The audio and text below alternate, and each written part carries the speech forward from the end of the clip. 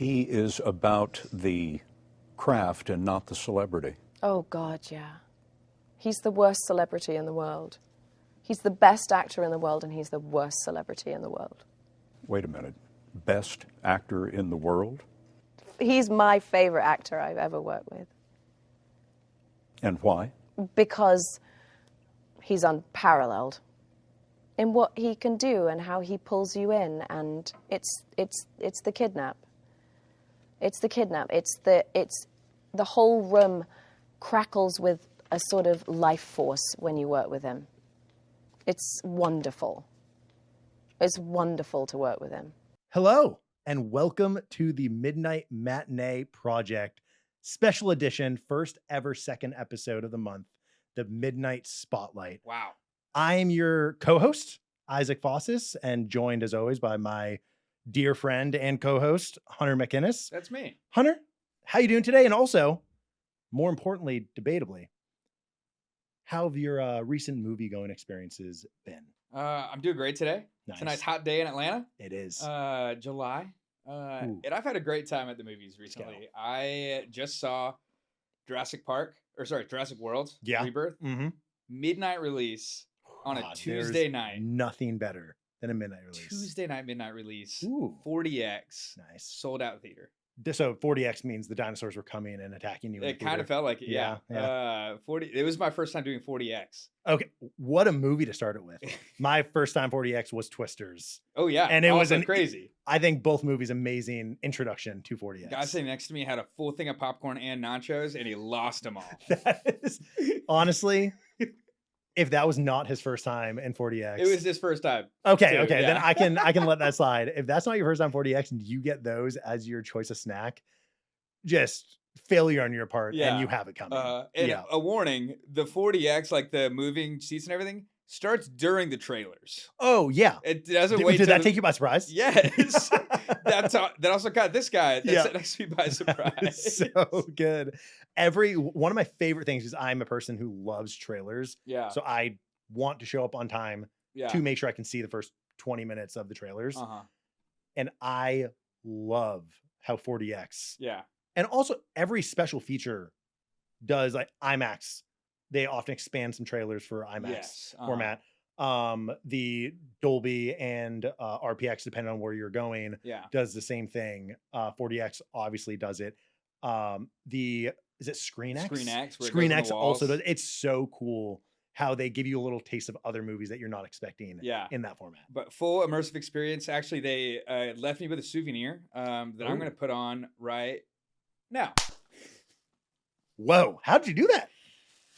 That's the magic of movies. That is the magic of movies. That's a cinematic experience. For those of you listening and not watching, Hunter, please describe what you're wearing. I'm wearing a yellow poncho with Jurassic World Rebirth on the front, and it says, "Feel it in 40X." And oh boy, did you. And I took the 3D glasses with me. Of course, obviously. And so everybody in the theater was dressed like this, and the movie just rocked.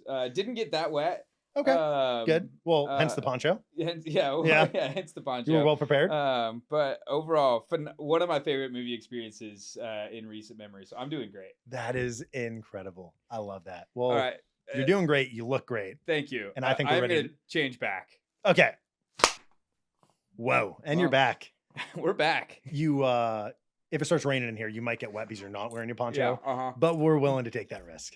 We're willing to take that risk. Are you ready to dive in? Yeah. What are we doing today? What's this new episode? Today, just to tee us up a little bit, we are doing a deep dive or a midnight spotlight on Cillian Murphy. Debatably, as you heard in the intro, maybe the greatest actor ever. Definitely one of the actors ever. He is one of the actors ever. He's one of my favorites. I know he's one of your favorites. I know so many people that will see anything that Cillian Murphy's in and absolutely adore him. Yeah. He's a very unique personality in Hollywood. Very, very, we'll get into things that I don't want to spoil anything for you because we're about to go on a journey. Come on. So we are going to spend the next little bit going over Cillian Murphy's early life. So where he's born, going through what influenced him at an early age, where he comes from, and then we're going to do a dive into his filmography. And that setup is going to be, me and Hunter are going to give you our top 5 movies that we think his strongest performances are in. We're not experts, but we love movies. We love seeing actors doing their thing. And we're going to tell you what performances we enjoyed the most. And we're really excited for it. There you go. And speak for yourself. You may not be an expert. I consider myself an expert in enjoying movies. You know what? I am an expert movie lover, so I actually take that back. I love. Excited to talk about top 5 Cillian Murphy performances. Yes, and excited to learn a lot about Cillian's early life and career and his journey. Absolutely. So I know some of the basics, but yeah, let's learn. There's a lot of fun things, and we're diving in. And I got popcorn ready. Yeah. Hi, let's dive in. We're going to learn about the man of the hour, Cillian Murphy. Cillian, middle name omitted. Murphy, I couldn't find out his middle name. Searched everywhere for it. I was going to say, is it that Gaelic? It's not due to pronunciation. It is truly because I looked it up and for some reason couldn't find it. He might not have one. I don't know. But could not find it. So Cillian Murphy was born on May 25th, a month before my birthday. Fun fact. You don't need to know that. 1976 in Douglas, County Cork, Ireland. He was the youngest of 4 siblings with an older brother who's a musician and 2 sisters.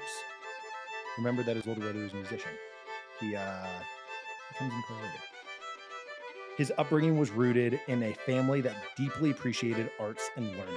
So his entire family, from parents to extended family, almost all of them were educators. So his mother, Martha, was a teacher. I want you to guess. What did she teach? I want to see how many guesses does it take? Music. No. Art. No. Math. No. Reading. No. Science. No. That's all the subjects. There's a big one you're missing. I'll give you 2 more guesses. Oh, I missed it. Social studies? History? Nope. French. That's not a real class. That's not. You never took a Spanish or French or? I took Spanish, yeah. But French is not a real No. class. Spanish is a real class. Yeah. French is not. You know what? There might be something to that.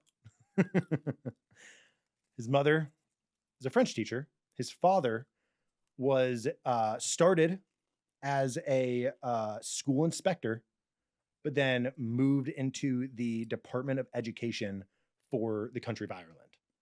So a lot of involvement in learning and appreciation for really all things learning was a foundational part of his upbringing. Yeah.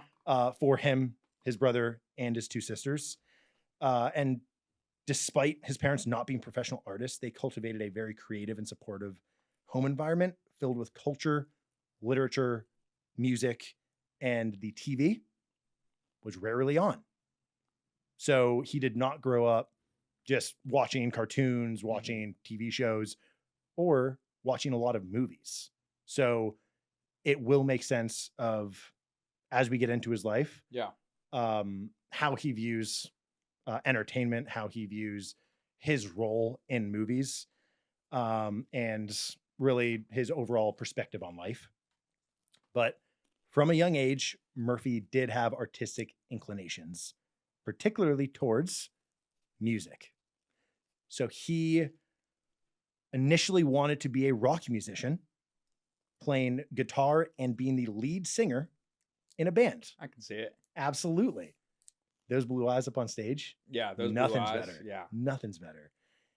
He actually played and was a part of many bands growing up. There's one specific band that he settled into with his brother called the Sons of Mr. Green Jeans. Sounds like a blend of funk, rock and hip-hop to me, but how do they describe it themselves? It's a music that's popular in the 90s, and it's not constrained by any formula. And that came from the whole spirit of jazz, which is the freedom to express yourself on your instrument, which has been lost it can be argued through the 80s and through the early 90s with playing through pop formula, playing to songs that appeal melody-wise and that are based on 3 chords, whereas this is the freedom to go a bit further with music and to try different styles and different modes and get them into one formula and mix it down to something different. Obviously it has its roots in jazz and 70s music, but it's now moving on. It's becoming popular now, really popular, and I think it's great because now people of our age and stuff are beginning to appreciate musicianship as opposed to catchy tune, you know. They begin to appreciate live music. So that's what I feel it is, really. Do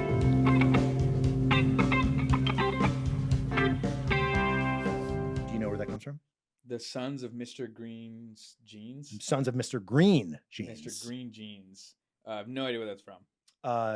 It is from the song by Frank Zappa called Son of Mr. Green Jeans, a track from his album Hot Rats. Yeah, of course. I knew Obviously, how did you not connect that right away?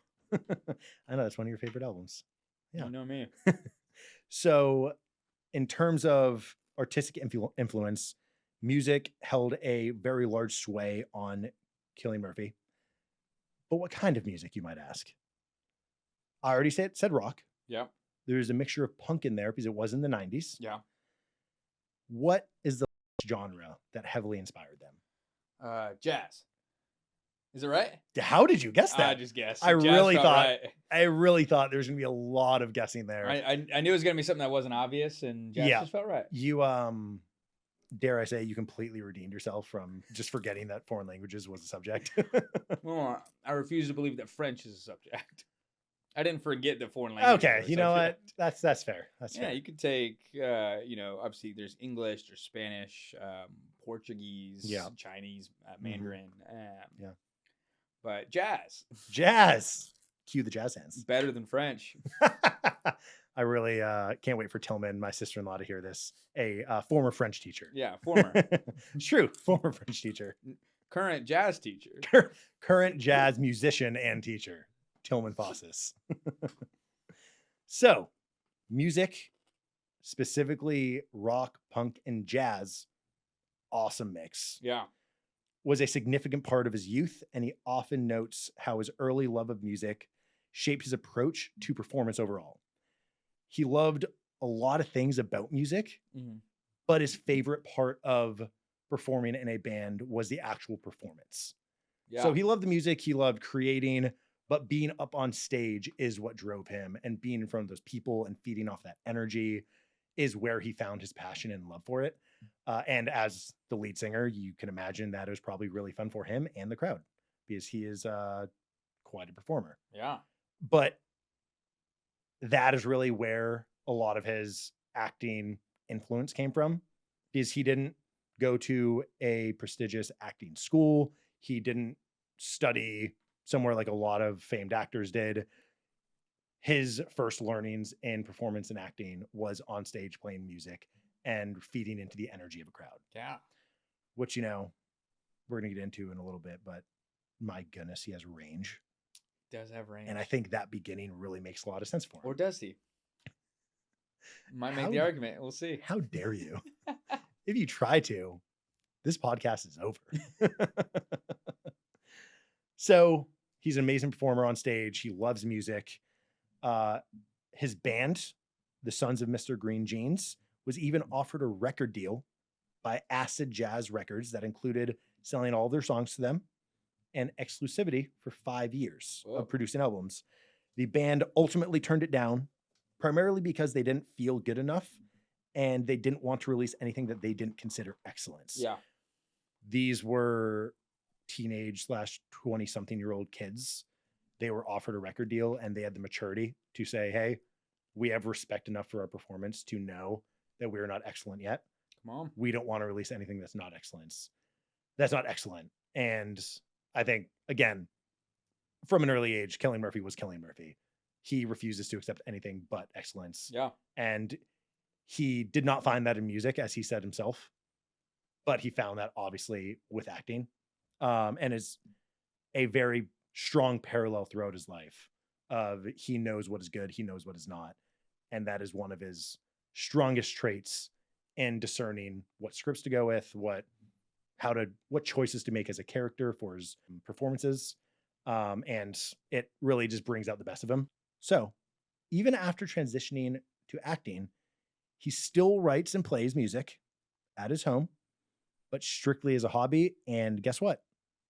He said, we were going to, quote, never, end quote, hear the music.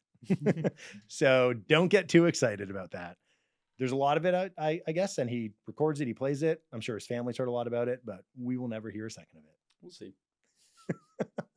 Gonna have Mission Impossible just bring to his house or something like that. If I have to. Wow. I'm a little scared. I'm always down for a heist. You do love a good heist. You do.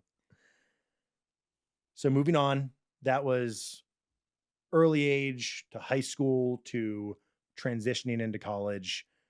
He did briefly attend a university. So he went to the University of College Cork, where he began studying law because he wanted to become University of College.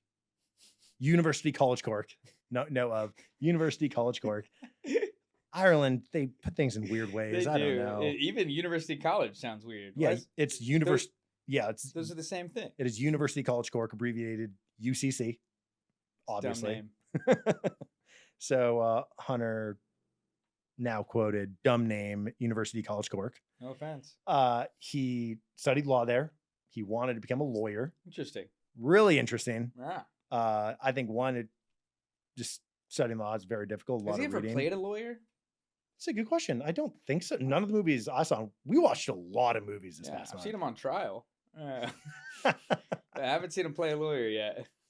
It's a good point. Maybe that influenced Oppenheimer in that trial scene. I like that. I don't think he's played a lawyer. I think he should. I'd like to see that. His studies were in law, but his interests were not. He very quickly learned music was not for him. Yeah. He also very quickly learned law was not for him. So this is where performing as an actor began. So he started in university plays. He started in kind of plays that they would put on together for each other. Nothing super high production, but he started as a stage actor for theater. He quickly realized that acting was more fulfilling than his pursuit of law. And he even failed his law exams in school. After a year, he dropped out. Sure, his parents were very happy about that. Probably. I mean, when your kid comes up to you and says, hey, I actually don't want to be a lawyer. I'm going to be an actor. It's a parent's dream. Right. Like, my kid's going to be just solidly taken care of for the rest of his life. Hey, chase your dreams, Cillian. Let's go.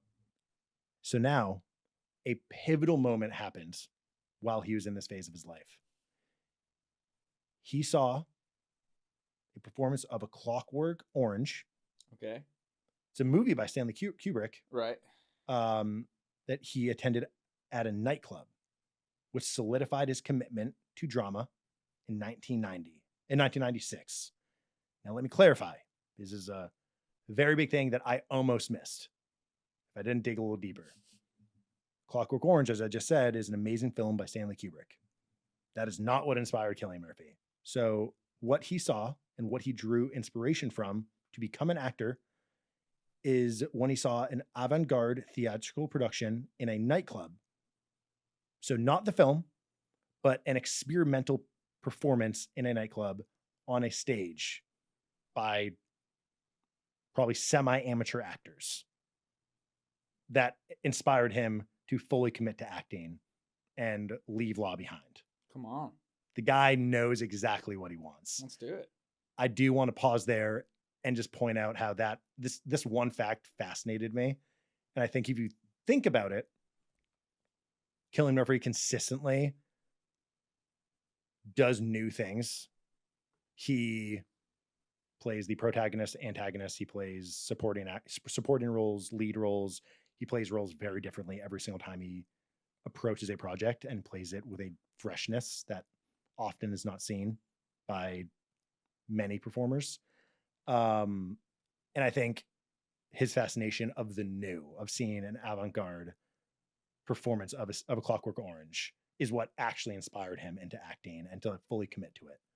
And I think that just was a wonderful story and a core moments in Cillian Murphy's life that completely altered the way he thought about his life and the way he pursued what he wanted to pursue.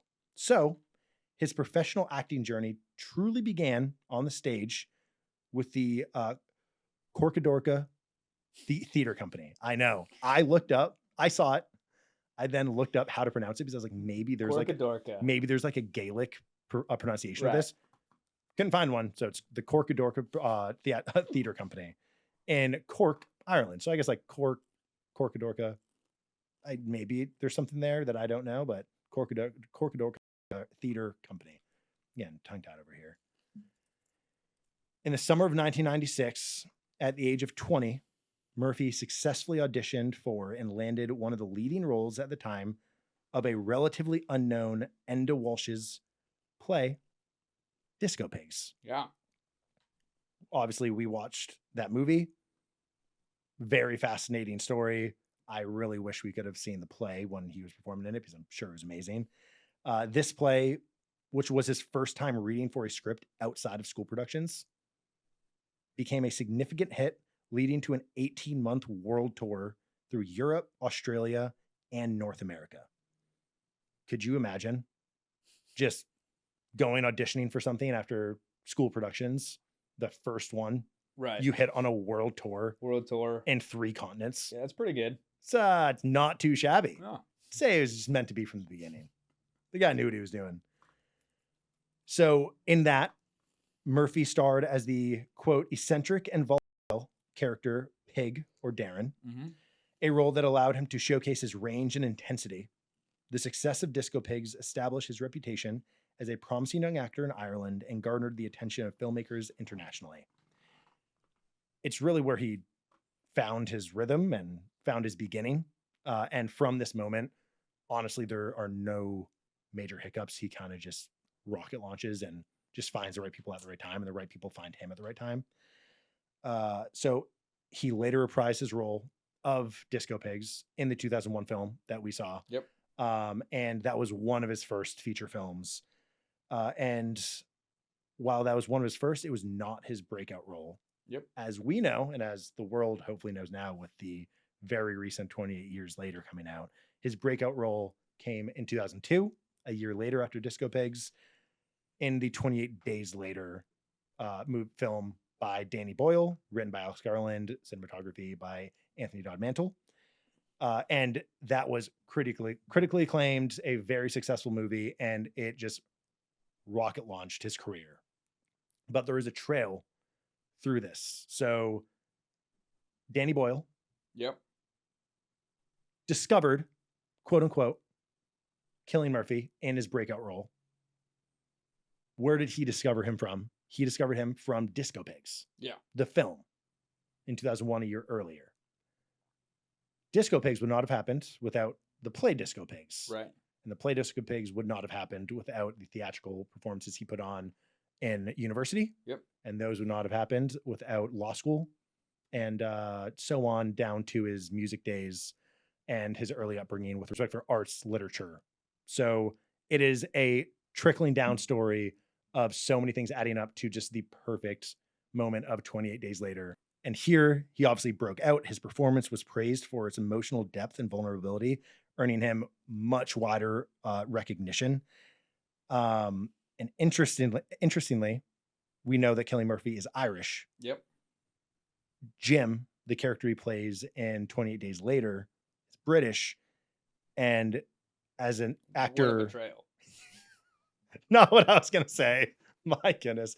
Also, from The Wind Shakes the Barley. You might get that.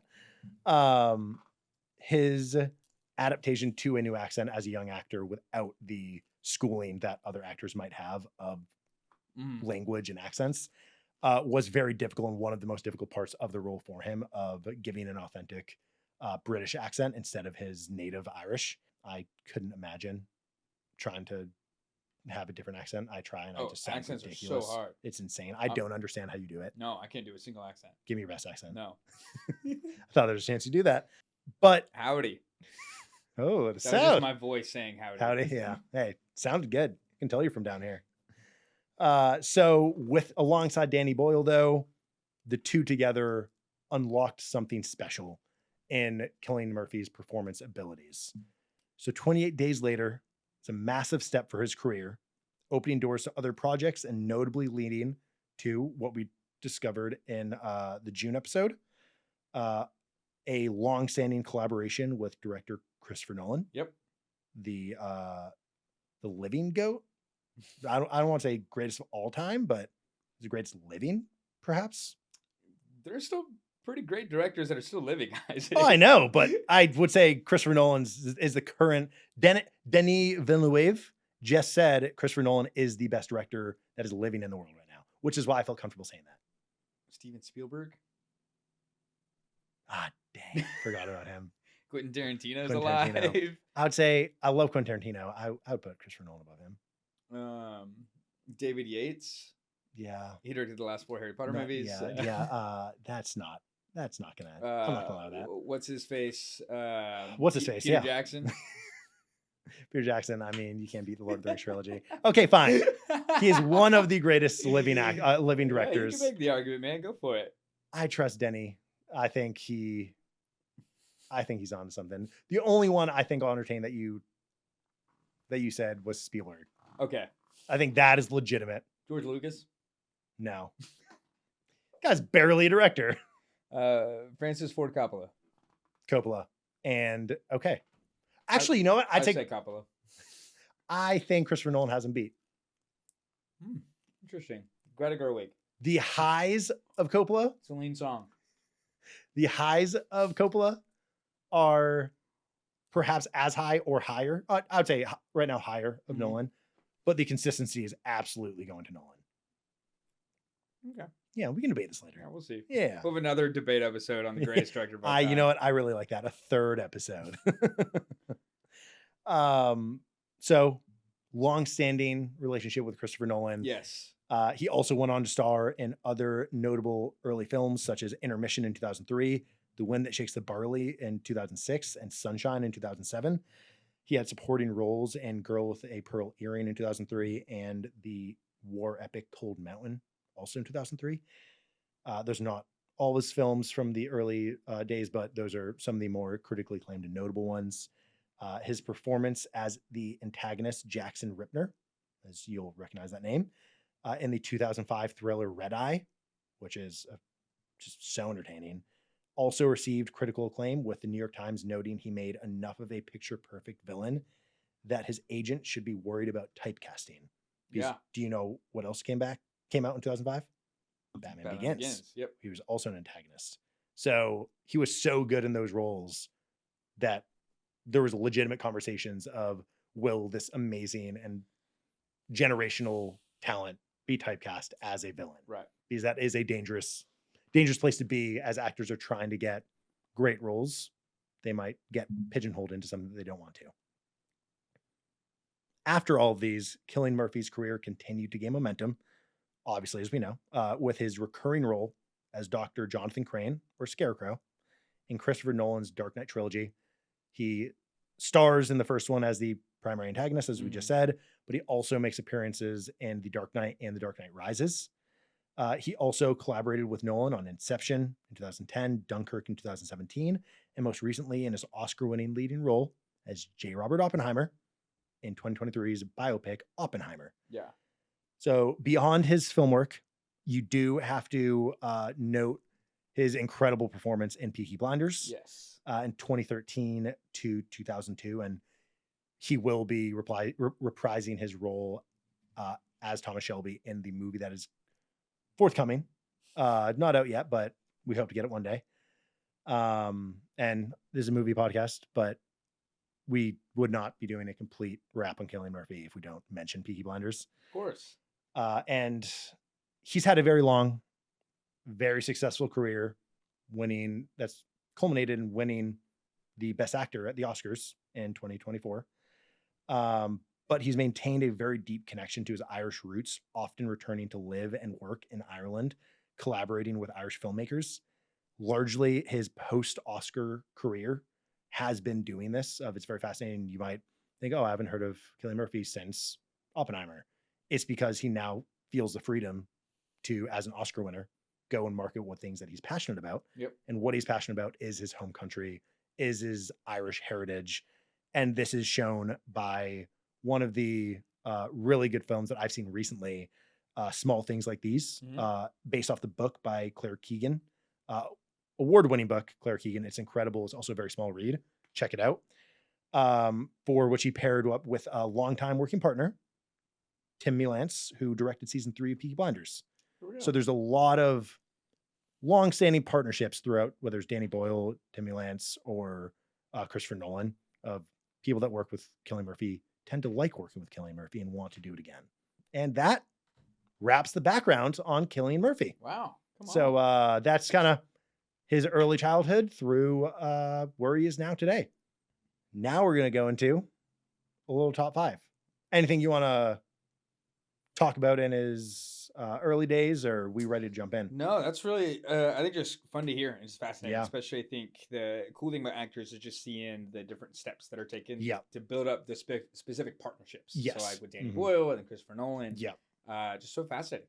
Yeah, and even- we are so grateful. Yeah. And even roles Yeah. of Pig and Disco Pigs, Yeah. Mhm. of the relationship with that role got him in a feature film. Yes. And then that feature film got him everything else. Yeah. Fascinating. Yeah.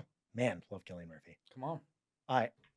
I will let you have the honor of announcing your first top 5 pick. Yeah. We're going to start with the 5th and move down to 1. Move up to 1. Move down to 1. Whoa. 5's bigger than 1. Did you write it from 5 to 1? I did write it from 5 to 1. Really? Yeah, look. Why would you write it that way? Because we're going 5 first. No way. Yeah, moving 5 down to 1. I meant what I said. I know, but it's just so odd to me. It would start at 5 and work our way up to the top of the list. Oh, yeah, but I was thinking more numerical value. 5's bigger than 1. You know what? Except for my 5th favorites to our first favorite. Of course. Yes. I love the way that we think. Yeah. And just disclaimer, we'll talk about each movie that we're going to bring up. If another one of us has the same movie higher on their list, we're going to defer until it's mentioned as the higher movie. Yeah, and we'll talk about more there. Yeah. Great. Well, my first pick, you mentioned this role just briefly, but for my 5th favorite Cillian Murphy performance, it is the role of Jackson Ripner. Yep. In the movie Red Eye. Yep. Love Which that. Was so good. Do you have this in your top 5? I do not. So you're please Oh, go my ahead. goodness. It was an honorable mention. Movie so good. Yeah. It's obviously Cillian Murphy starring with Rachel McAdams. Yep. And if you guys have seen the movie that came out on Netflix last year, Carry On, same plot. Movies just better. Better. Okay, good. But movies pretty much the exact same of this basically like we'll say a hostage/threat situation that takes place just on a plane. Yeah. Cillian Murphy is a villain, and as we go through these roles, one of the things I love about Cillian Murphy, there's 2 words that I think of that I see in all these roles in different ways and at different levels. But he has this chaos to him that is just so fascinating. But also and not just him as an actor, but like his characters always seem like they are in control. Yeah. Like there's chaos there, but he's also in control. And there's different levels of like control or chaos depending on what the character is.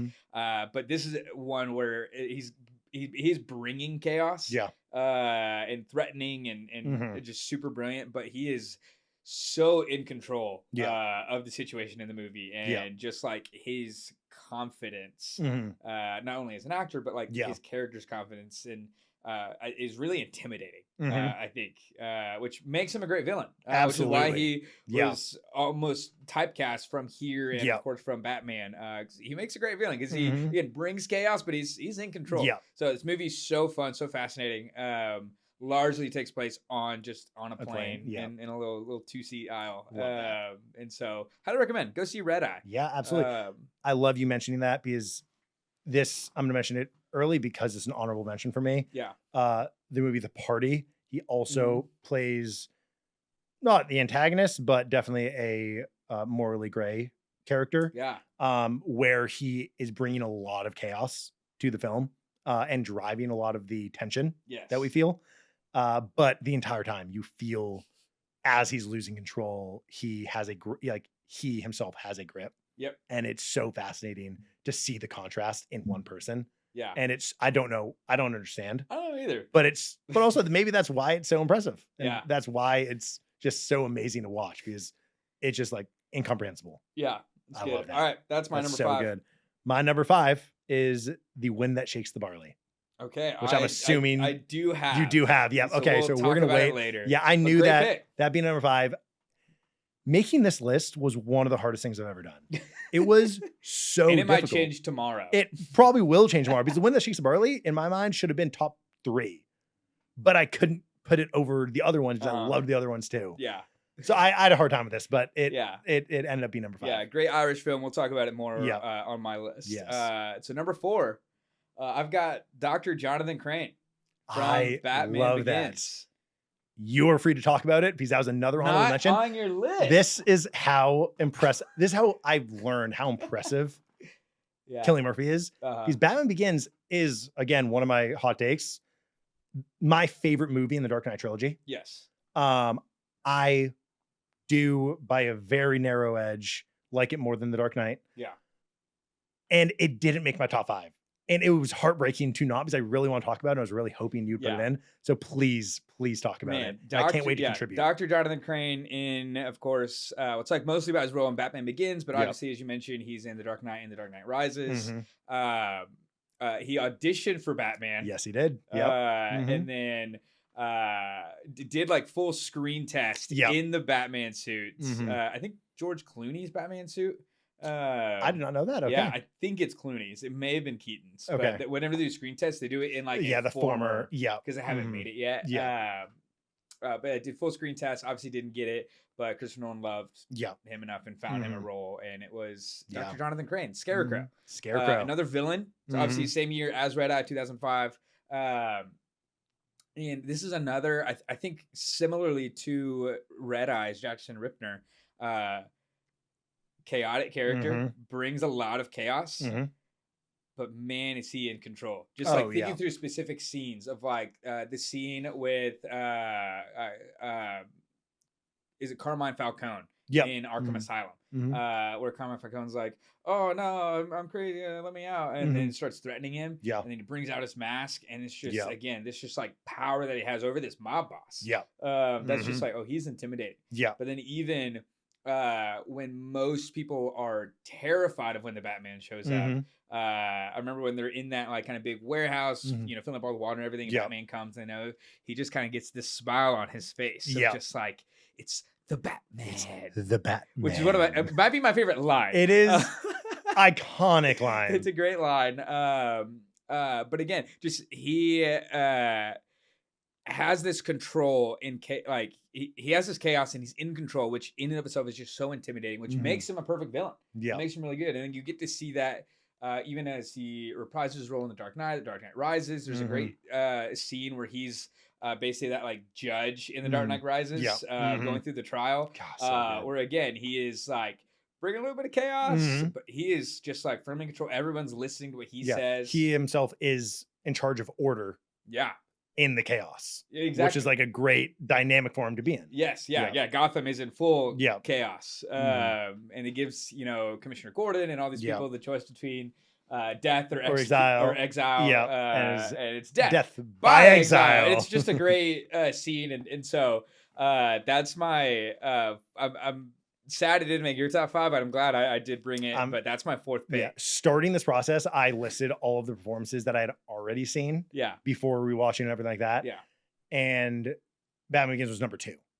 yeah. And then just And it kept just getting kept on bumped getting down. bumped. And it was so heartbreaking. I love his performance there. Yeah, I know oftentimes people will say the Batman movies have, like the Dark Knight trilogy, each one has a one word specific concentration. The first movie, Batman Begins, is about fear. yeah. Which Scarecrow is all Yeah. about. And Dark Knight is about chaos. Mhm. So I think his character, in my mind, is the embodiment of fear. Yeah, And absolutely. like, it brings the great question of like, the embodiment of fear, is never afraid. And like he himself is never yeah. afraid. He does not have fear. No, and like he's just always, it honestly is a perfect segue into the chaos, because like what happens when fear is taken too far? It gets chaotic. Yeah. And like his ability to control the environment of fear because he is fear. Yeah. Is just played so well. And God, I love it. Yeah. It's He's so the best. good. So that's my number 4. Number 4. I love that. What you got? My number 4. This better be in your top 3. We'll see. Sunshine. It is. Yes. Okay. Good. Good. You only have one more that we haven't said. I know. Yeah, and I'm assuming it's your number 1. But my number 3 is Sunshine. So Sunshine, so we can talk about it. Yeah, Okay. My number 3 is Sunshine. Your number 4. In Sunshine, he plays Kappa. Yep. Good old Robert Kappa. Robert Kappa. He is like, one, I'm happy that we've gone through a lot of antagonists. Yes. Cillian Murphy, because this is not antagonist. Cillian No, Murphy. not This at is all. protagonist. Also is an ensemble cast. Yeah. Chris Evans was not expecting him to be in the movie, Uh-huh. but he just plays this very endearing, very well-intentioned. Is it, it's not chemist. He's an engineer. Engineer. Yeah, Okay. Yeah. uh-huh. And he's really just in charge of the massive bomb on board. Yeah. So if Which you haven't is- seen this movie, yeah. it's 2007. Yeah. First of all, go see it. Also directed by Danny Boyle. Danny Boyle.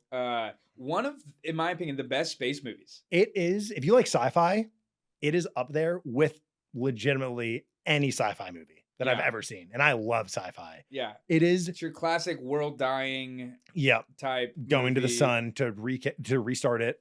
But imagine a better version of Interstellar. How dare you? How dare you? Sunshine's amazing, but it's not Interstellar. How dare you? But the sun is dying. And Yes. so they have this idea of, hey, what if we basically nuke the sun? Yeah. And Robert Kappa and all these other astronauts are actually the second mission Mhm. to go. There's a first mission that went to go nuke the sun, was not successful. No. And that's part of the mystery of like what happened. what Nobody happens. knows because you Mhm. lose communication once you get that close. And so they're headed to go nuke the sun. Mhm. And yeah, Robert Kappa is the engineer Yeah. that is really necessary to make sure that Yeah. everything is actually going to work Yeah. when they drop it off. And I'll say, so the movie itself, and Danny Boyle, the genius that he is, mixes genres. Mm-hmm. Oh, yeah. And I'm not gonna, no spoilers on this podcast.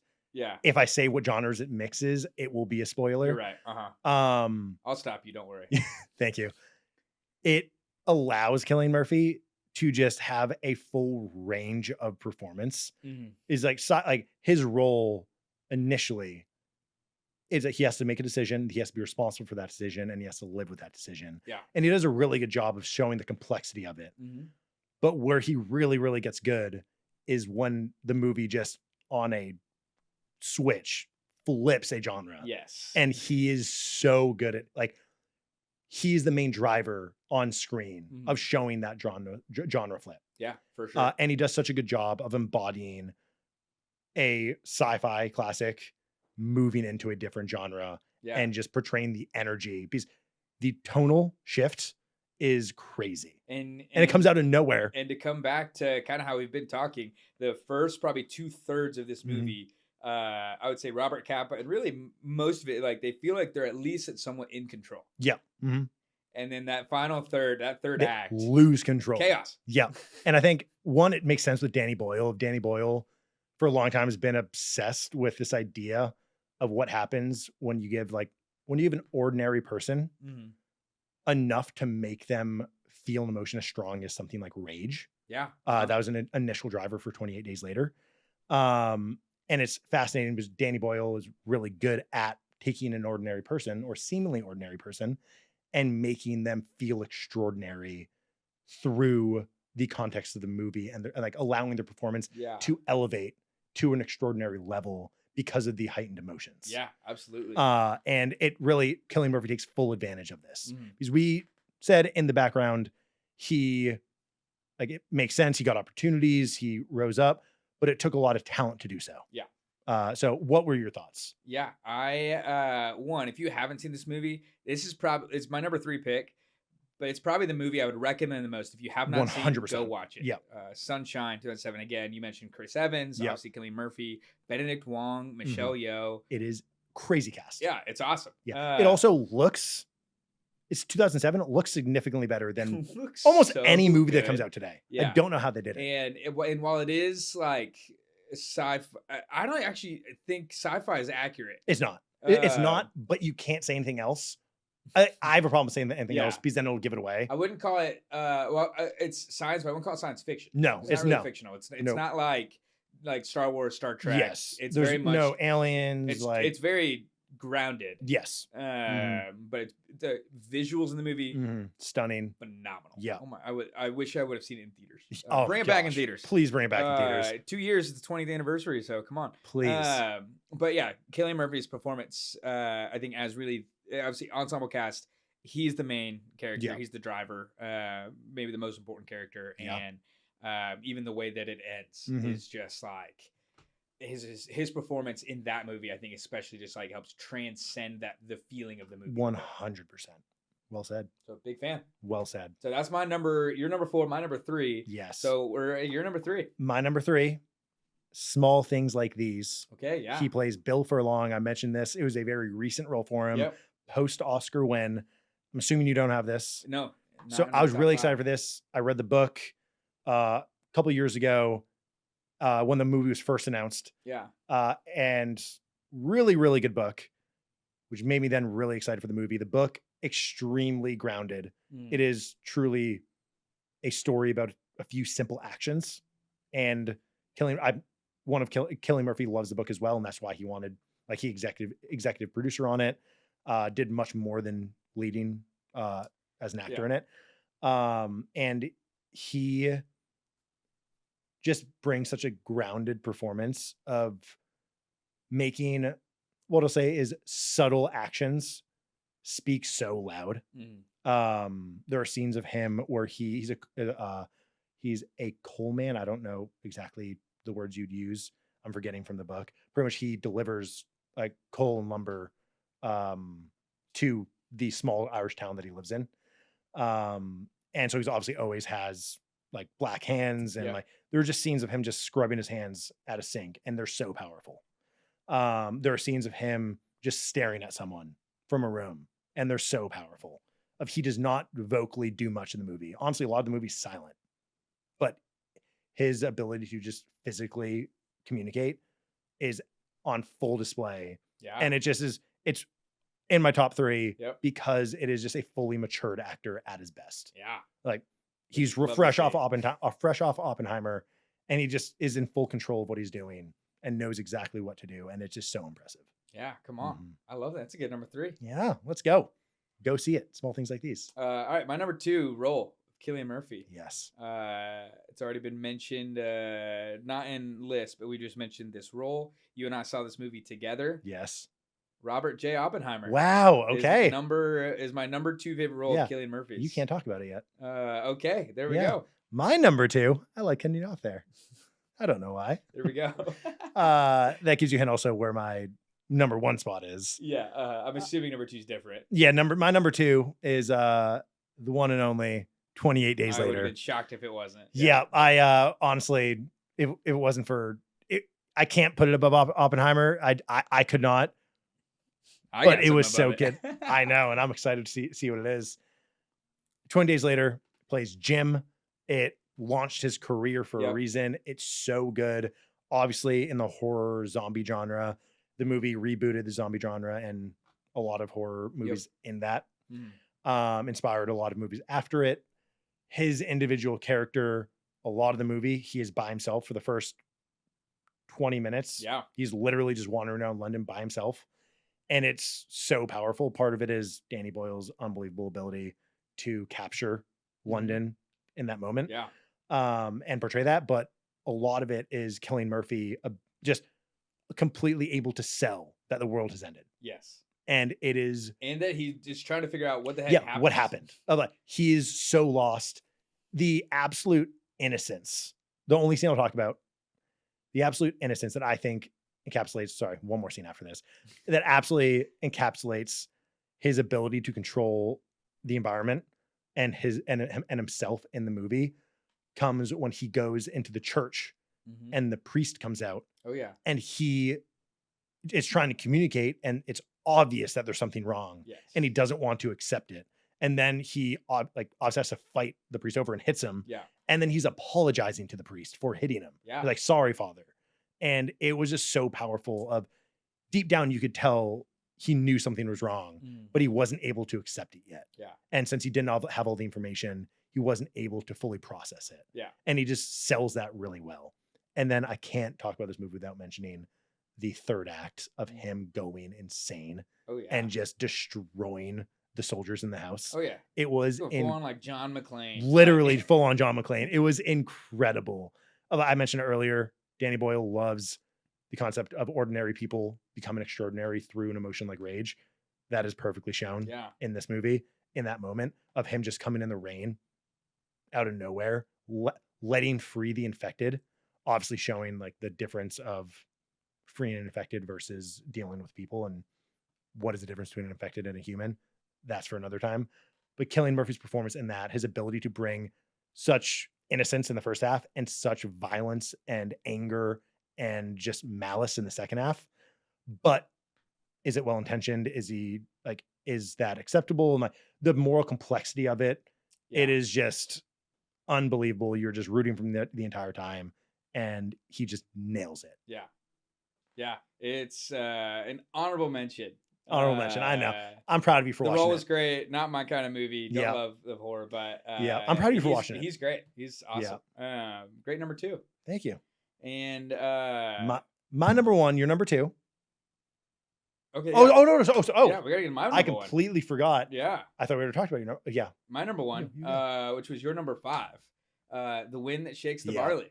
A super Irish film. So Irish. I know. Gotta watch it with subtitles. We talked about it earlier. There are only 2 things I've ever watched with subtitles. I personally do not like subtitles. Yeah. Peaky Blinders and The Wind That Shakes the Barley. And for me, it's The Wind That Shakes the Barley and Disco Pigs. Again, super That's Irish. Fair. Super Irish. Cillian Murphy. If he's Irish, subtitles. Yeah. But obviously, I know that's your number 5 on the list. Irish film. Takes place 1920s-ish. Yeah, I think it starts 1920 and then goes British on there. occupation, really, of Ireland, or British invasion of Ireland. Cillian Murphy and his brother and this band of Irishmen joined the IRA, the Irish Republican Army, to try to push back the British. And it's so intense. He's very intense. I think this is a movie. Actually, one other word I would use to describe a lot of his characters, which I think comes down to in this movie, and I think as Jim in 28 Days Later, is his characters often have this loyalty. This like conviction. Yes. I think in Sunshine, similarly, Robert Capa has this just like conviction that you believe. That like he won't waver. So you see it in 28 Days Later, especially in that third act of like the conviction that he has. I think he's so good at being like, as soon as he allows his character to make a choice, allowing his character to fully commit to that choice. Yes, for sure. Which is so fun to see, but I see that in this movie especially, where I'm not going to spoil the movie, especially the end of the movie, but you see this conviction from his character. He plays Damien O'Donovan, and him and his brother Teddy just have this like band of guys that are just trying to fight against the British. And again, you see this conviction that they have in the freedom of Ireland, and even in the brutality of war. You see him make some difficult choices that he has to make because it's war. But then even to the very end of the movie, his conviction that Ireland should be free from British control does not waver, even if it wavers for other people. Even other people that may be close to him. And so I just loved that role. I love it. I can't understand an Irish accent, but I love they are an Irish so accent. good. Yes. The only thing I would add is I think a specific scene that stood out for me was the train scene at the beginning. Soldiers go and assault train employees that won't let them on the train. and Cillian Murphy. And these are British soldiers. Yeah, British soldiers, and Cillian Murphy standing at the ticket line where he just bought a ticket, and you can see the inner conflict in him of he just witnessed Michal. Michal. Spelled like Michael. Yeah, spelled like Michael. And this is not a spoiler. It happens. It's the premise of the movie. Yeah. Is heavily assaulted and dies. Yeah. And he's fresh off that. And you see the conflict in him of doesn't want to be involved because he's leaving, but also wants to do good and help. Yes. Because he knows what's going on is wrong. Yeah. And that being the ultimate driver for his character throughout the movie into the scenes of making hard decisions in war was just like the growth of his character that he allowed for was fantastic. Yeah. So that's my number one pick. It's so good. Go watch The Wind That Shakes the Barley and make sure you got your subtitles on. Absolutely. Yeah, please. Yeah. Unless you're Irish. Then you might understand it. There you go. There we go. I'm half Irish, so I don't understand it. And let's hear your number one pick. I know what it is. It is Oppenheimer. Oppenheimer, of course. J. Robert Oppenheimer is the character. Yeah. And it both in our top two. Yep. Like it's just him on full display. Yes. Even when he's leading a movie, he often is not dominating the screen time. Yeah. His character, you feel his character presence dominating the screen time, but it's shared oftentimes based off the dynamic. Yeah. And here he's dominating. Yeah. There are other characters, but he is the main focus. The movie's about him only, and he dominates and he does it so well. And when a movie is showing a vast multitude of years, oh yeah, I think it's a very difficult ask to have a actor portray that much range in 3 hours, which thank goodness is 3 hours. It should have been longer. I wish. It's just his ability to take on that task of showing just youthful ignorance and youthful challenges. This is not necessarily ignorance, but the challenges of youth and a tortured mind growing into a matured mind that is convicted, growing back into a old mind that is more similar to the youthful mind that is just troubled. Yeah. I think is just an unbelievable arc going back and forth, and he just is so strong at doing it. Yeah, and I think similar to what we've talked about a time, but like the control that he has, the conviction that he has, and the conviction that he portrays for Oppenheimer, of the conviction of even obviously the movie setting takes place of we're really watching this like trial or this deposition of Oppenheimer looking back on the actual Manhattan Project and the creation of the atomic bomb. But you see the conviction that he has in what they were doing, the conviction he has in his team. But also you get to see the like that there is a little bit of like internal tension just constantly on what he's doing. Because he knows, hey, if we may have, we may set off a chain reaction that will end the world. And, and he probably did. And so, but that performance, obviously he won Best Actor. Well deserved for it. I love the note that Nolan gave Cillian Murphy when he gave him the script. It was like finally a chance to see you lead. Something like that. Yes, paraphrasing something like finally that. A chance to see you lead. And he freaking led in a movie that has again a stacked the most cast. Ridiculous cast. It is of Gary insane. Oldman, Emily Blunt, Robert Downey Jr. Yes, Josh Peck. Yeah. So glad you mentioned that. That was ridiculous. Like, I'm so sorry. That insane cast. Our next episode where we're gonna just break down Josh Peck. No. Do not listen to that. I will not allow for that. But phenomenal. I mean, great number one pick. It could have been my number one as well. I think, it just, his ability, similar to what I said 28 years later, 28 days later. 28 days later, sorry. I've seen 28 years later like 4 times in theaters. A lot of the power that comes from his performance is not in what he says. It is what he does. Yeah. And it is incredible. Just honestly narrowing it down, his facial reactions, his Yes. stare, Yeah. his it's the way that he manipulates his expression through just his face. And with this one part, which I think is unfair, those just stunning blue eyes. Oh gosh, You and I, neither of us have colorful eyes. We don't. I just get lost in them every time I see them. They just pop so much. They pop so hard. But it's not fair. It's not that fair. Also, like those eyes contribute a ton to the way that we perceive his Yeah. performance and his emotion. I also will say I'm happy that they were given to him because they'd be wasted on me. That's true. And then my final thought, the ending scene, one of the most powerful endings that I've seen in theaters in a while. Yeah. I remember we watched it together multiple times. Oh, yeah. I watched it. Honestly, I think I probably saw it like 4 or 5 times. The ending never loses its weight. Yes. And it's because of his ability to communicate without saying anything. And obviously there's a lot that goes into making a movie and production of Ludwig Göransson. Obviously one of the best recent scores in a while. He won the Oscar for best score. Christopher Nolan's direction, so many things that went into it, but his just vacant stare that communicates so much. Oh yeah, is so powerful. It's so good. Cillian Murphy.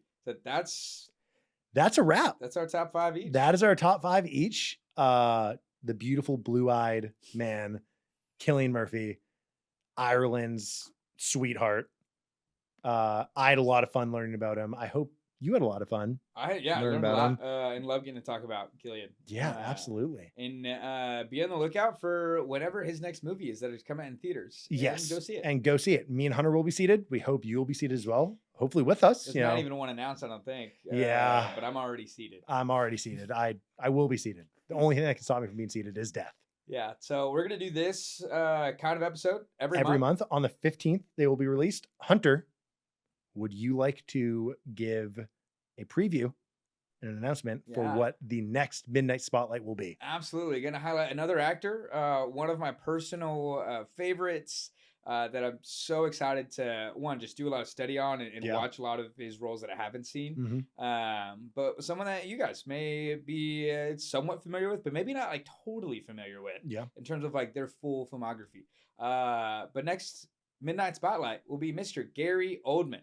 Gary, I'm so excited. And if you're Gary listening, Oldman. you're like, who the heck is that? Sirius Black in Harry Potter. Sirius Black, Harry Potter, Jeff Gordon. Professor Gordon. Jim Gordon. Yeah. Sorry, Commissioner Gordon, not Professor. Professor. We just messed up. Just messed so much. Professor Jeff Gordon. Detective Gordon, Commissioner Gordon in the Dark Knight trilogy. Yes. He's done a lot. President Truman. Yes. Winston Churchill in The Darkest Hour. Yes. We'll go more in depth in a month, but tune in for our next Midnight Spotlight. We'll give a full spotlight on Sir Gary Oldman. Recently knighted. Yep. Sir Gary Oldman. If you're a knight, you we'll give him the respect he deserves. We'll give him the respect he deserves. We'll say sir. Yeah. Cool. Well, that's a wrap. We'll tune in for our in a couple of weeks for our August release draft. Yes, on August 1st. Yep. We're really excited, and tune in to witness me taking a 3-1 commanding lead against Hunter in the drafts. And as a reminder, I currently have a 3-1 lead in drafting Pedro Pascal movies. So currently have a 2-1 lead, hoping I can pull it off in July. But above all else, we're going to end, of course, with our motto that we end with every single time. And we've never gotten it right until now. That's not true. We got it right last time. Not on the first try. No, we'll find out if I get it right this time. Long live the theatrical release. See you next time. See you next time.